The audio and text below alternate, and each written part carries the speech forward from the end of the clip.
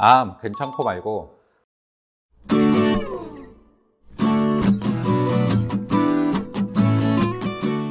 안녕하세요. 닥터 이재순의 암과 면역 이야기입니다. 오늘은 대장암을 의심할 수 있는 대장암의 어떤 전조 증상에 대한 이야기를 해볼까 합니다. 일전에 대장암 관련 영상에서도 한번 언급을 해드렸는데요. 2019년 통계에 따르면 대장암은 저희 나라에서 전체 암 중에 11.4% 정도를 차지해서 전체 암 중에 4위를 기록하는 그런 암입니다. 남녀 성비는 1.4대 1 정도로 남자에게 조금 더 호발하는 암이고요.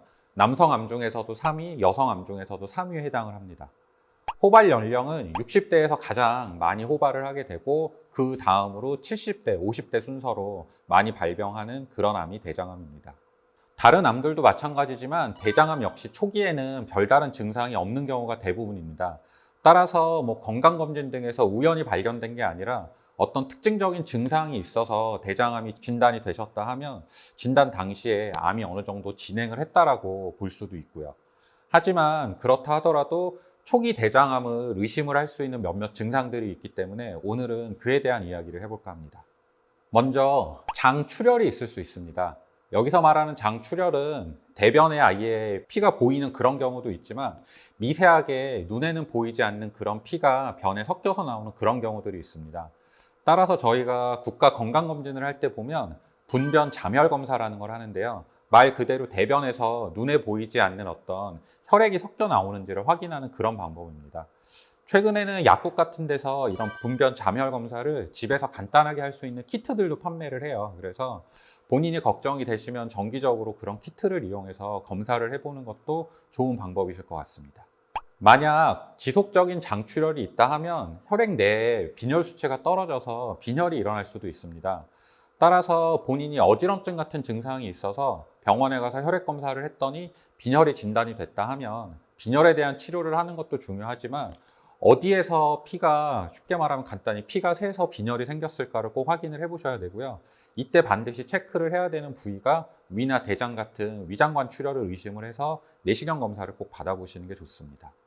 다음으로 대장암을 의심할 수 있는 초기 증상은 뭐니 해도 배변 습관의 변화입니다.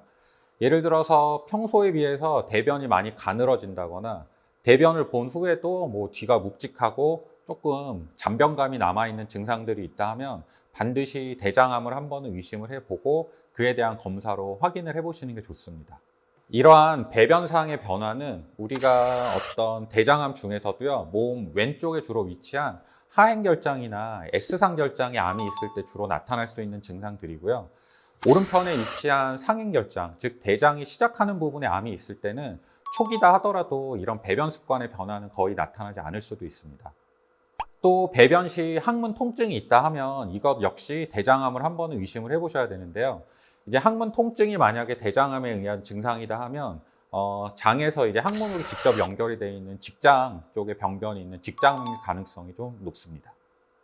이외에도 체형이 상당히 마르신 분들 같은 경우에 간혹 복부에서 단단한 혹 같은 게 만져져서 진단이 되는 경우도 있는데요. 이 경우는 아무래도 바깥쪽에서 암이 만져질 정도이기 때문에 만약에 이게 대장암에 의한 증상이다 하면 암이 어느 정도 진행된 그런 상황일 가능성이 높습니다.